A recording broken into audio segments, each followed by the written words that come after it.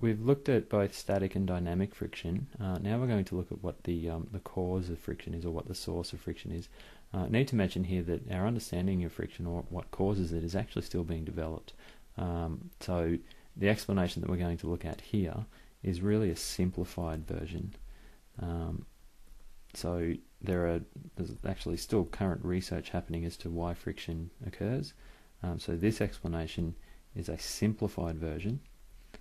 So it's not necessarily a full and complete picture, but it will allow us to get a better sense of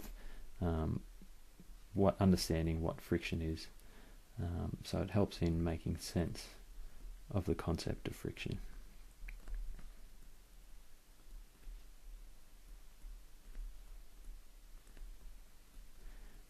And that by making sense of how friction works, and sort of thinking about different surfaces and why some have more friction than others. So the explanation sort of starts off as follows. If we're looking at smooth surfaces, what we might think is smooth is actually not really that smooth at all when you get down to the microscopic level.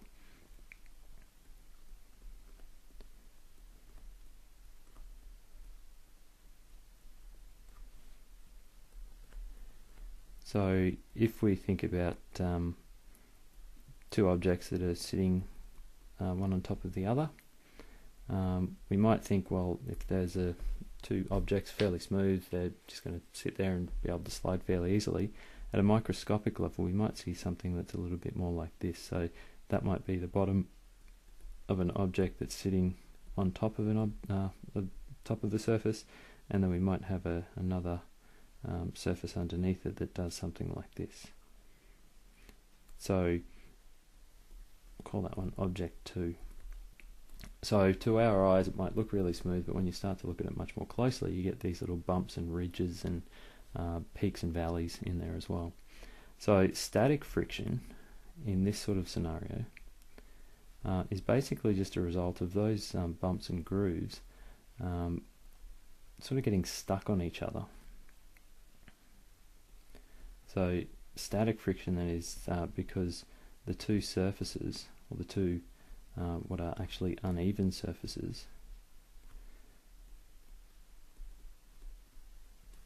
they kind of lock in together. And by lock in, notice I'm putting that in inverted commas. I'm not saying that they're permanently stuck that way, but it means that you've got these parts of ridges from one that are sort of locking into the other. So this region here, for example, you've got two parts that will sort of fit in together a bit so that they can sort of get stuck against each other. And as a result, makes it a bit harder to get those two parts to separate. And so that then helps to explain why a certain amount of force is needed to sort of unlock them.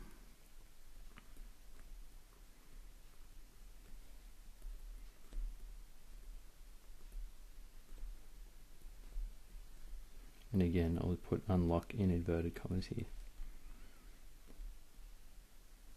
So if we apply a force sideways to get these things to start sliding, we need to apply enough force to sort of get those bits that are sort of locked in together to start moving past each other. Once that has happened though,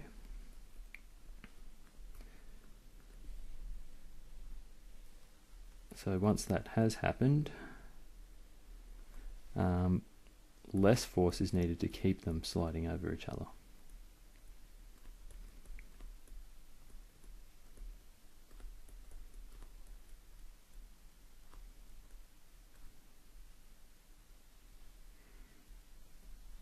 Or more to the point, less force is needed to keep the surface's irregularities, those bumps and ridges,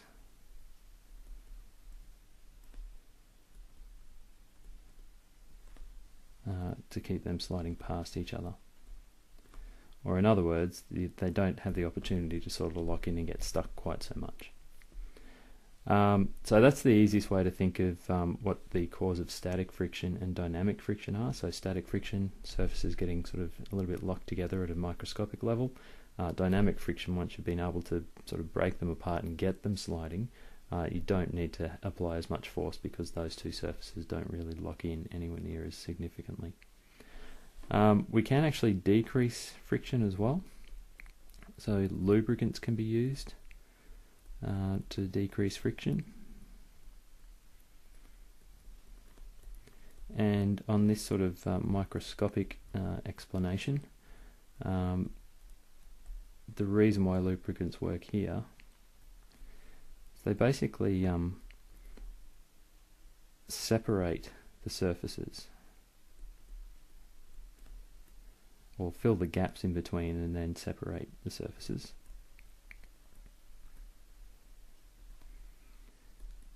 And in doing so, those irregularities don't really have much of an opportunity to get locked together.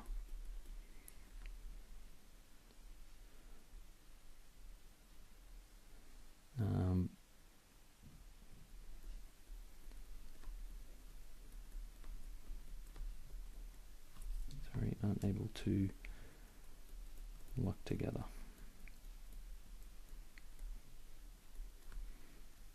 as much. And as a result, there's less interaction between those irregularities. One last thing I would just make a note about here, I'm going to change colour just to sort of draw attention to it. Those equations that we dealt with in the last video, probably should have mentioned this in the last video, but it sort of ties in nicely with this explanation here. It's important to note that those equations, they're actually not based on our understanding of what causes friction. So those equations are derived from experiments, and any equation or result that is derived from an experiment, it's said to be, or the word that we use there is that it's empirical. So it's an empirical formula, and it's not actually from or not from studying surface dynamics involved in friction. And by studying surface dynamics, what I mean is looking at the intermolecular forces that occur between two surfaces. So there's a whole lot of sort of atomic physics that you could tie in here to explain what's going on. As I've mentioned earlier, that's still under investigation. It's still being, there's lots of experiments still being done to try and clarify that aspect. That, if it was based on our understanding in that sense, then that would be a theoretical equation.